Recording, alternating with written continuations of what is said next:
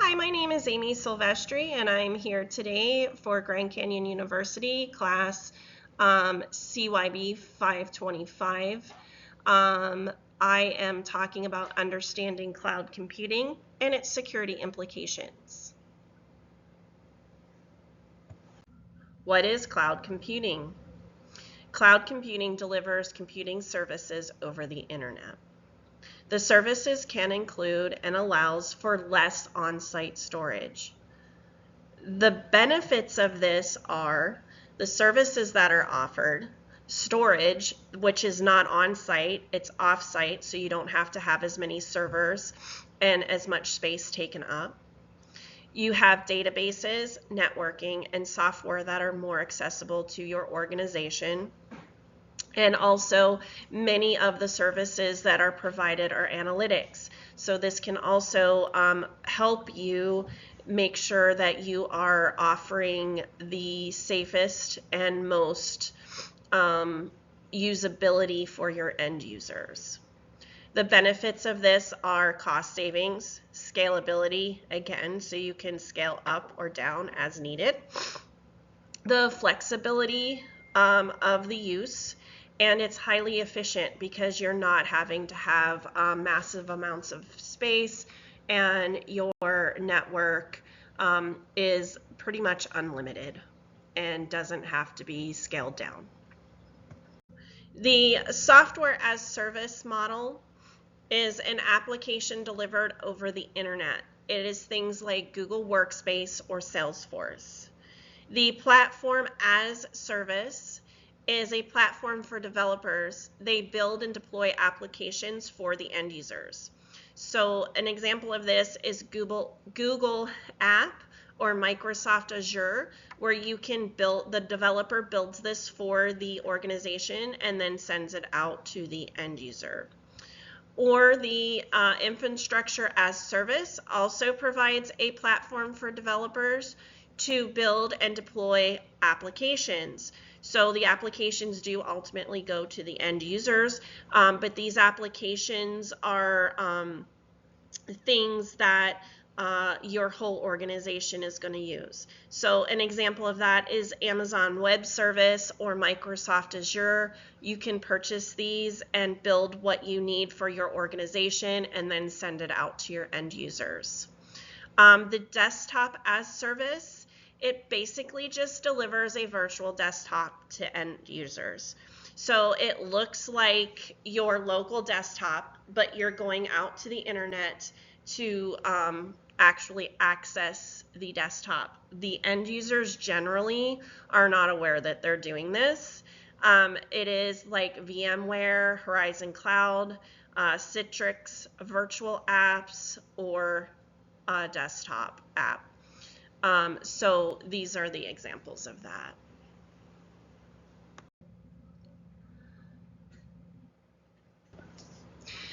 Deployment models contents are private clouds, public clouds, hybrid clouds, and community clouds.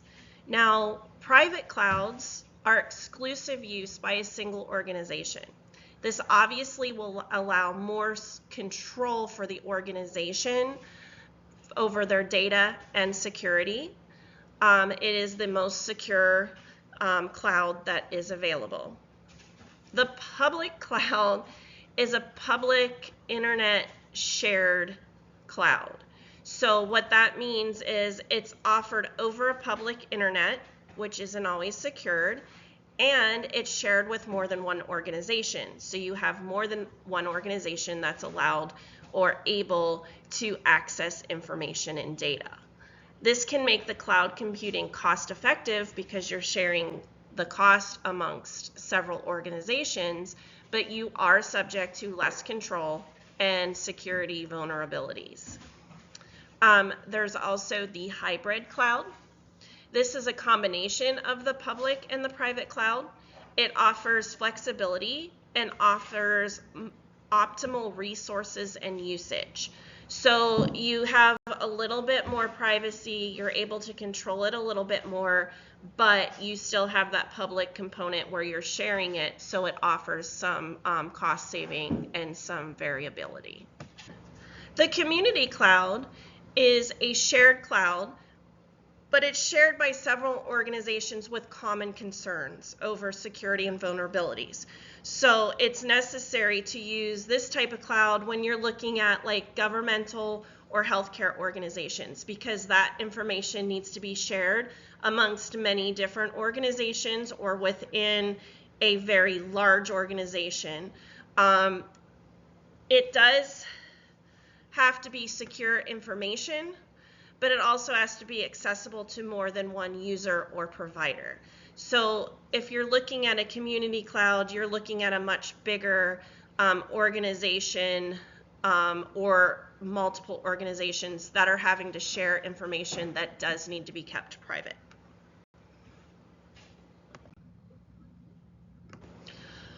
Virtualization in cloud computing creates virtual versions of physical resources. So basically what that means that the versions are on the internet, but the actual use is going to be on your desktop and within your network resources. This frees up network servers and loads the program for the end user. The examples that we have for that are VMware, Hyperware, or KVM. Any of those resources are available to use. It offers resource efficiency. It is a great cost reduction because you don't have to have basically server farms, and you don't have to have all that space for these servers and to keep the network up and running. And it offers organizations a lot of flexibility with what they are able to offer or the access to certain versions that they want to use.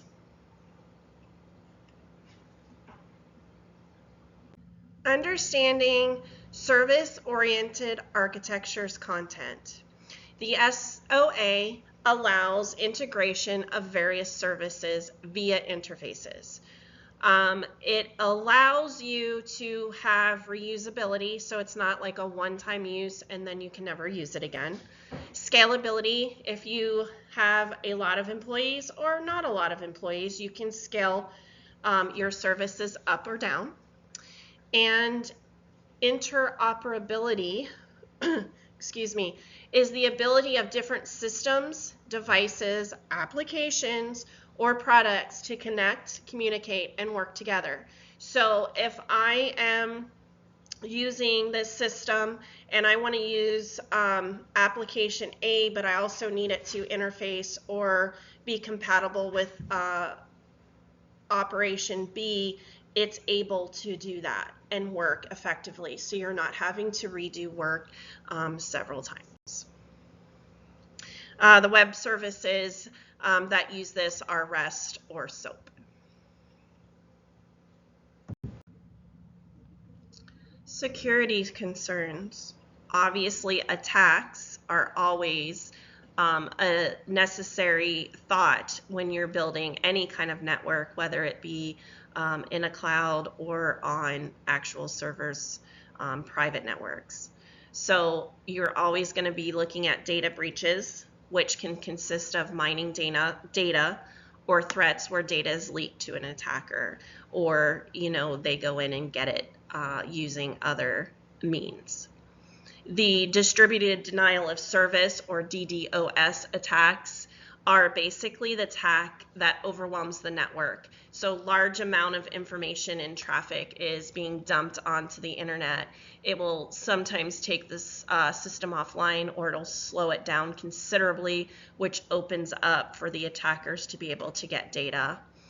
And then the other biggest threat is insider attacks. So insider threats or attacks are when an authorized user within an organization that either directly or indirectly shares confidential information. So sometimes they're subject to a phishing attack and they accidentally share their credentials. Or someone is doing a keystroke attack and they find out what their credentials are. That's always a threat. within the community. Usually that can be fixed by training.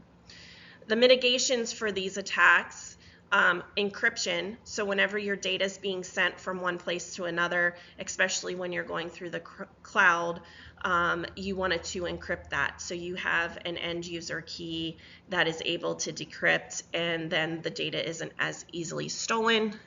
Multi-factor authentication. So when, for example, I log in, I have to put in my password, which is not an easy password to figure out. I'm not going to do mom123 or password 123. You're going to have a complex password, and then also you're going to get an authentication code that you put in to also verify that it's you, the user, that's logging in. The last way to mitigate this is regular audits. The cybersecurity department needs to do regular audits to not only see if there's vulnerabilities that have popped up, but also be able to make sure that their system is working properly and that there haven't been attacks that just went unnoticed. And then, of course, always update your policies once you do an audit. The overall vulnerability is, anytime you share resources, this always increases your risk. But they can be handled through strong and consistent security practices and measures. You always have to make sure that those are followed. So today I just picked legal and privacy considerations that you want to look at. And when you're looking at compliance, there's always different laws within industries, or sometimes just a blanket law. So I picked three. One is the HIPAA.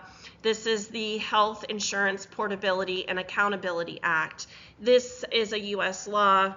It's designed to protect privacy and security of individuals' medical records and also other personal health information so that they're not shared in the public view.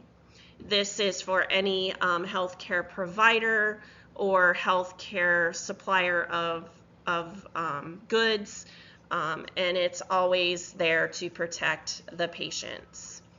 The other one I chose was the CCPA, which is a California Consumer Privacy Act. This is a law that is for California. It provides residents with rights regarding personal data. So they need to know where their personal data is being shared. They have the right to delete it, and they have a right to opt out of the sale of their personal information. So they have a lot of rights when it comes to what's being sent out within the internet and what's being shared between organizations. The last one I chose was the General Data Protection Regulation. This is a European regulation, so it's from Europe. It protects the personal data and privacy of the European citizens. It imposes strict data handling requirements on organizations. So organizations just can't share information as they want. They have to be falling within the guidelines that were set up within this particular regulation in Europe. So if your organization is working outside of the US, you always have to know the rules and the compliance issues within the other countries. Data privacy is protecting sensitive information. You always want to make sure that you're protecting not only the user's information, but also the organization's information. Data sovereignty is basically just data that's stored in geographical locations. So I'm either storing my information on a local computer, or I'm storing it in a cloud environment. So it's just knowing where your information is being stored and what the risks are to that information.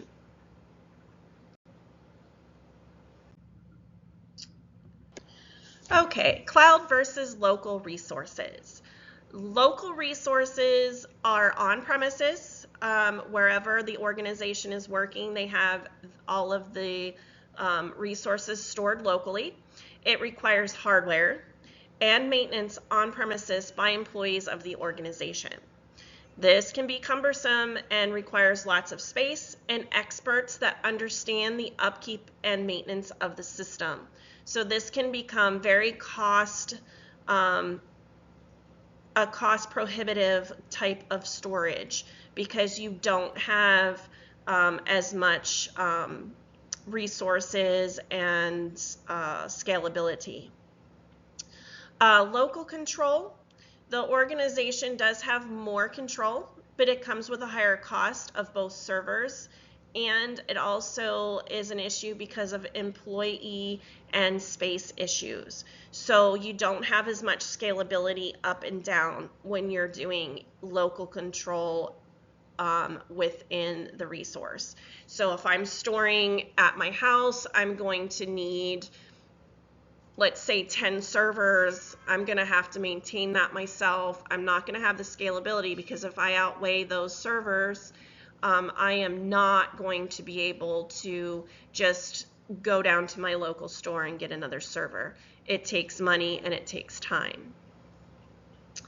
The network requirements for cloud service. It requires a very robust network connectivity.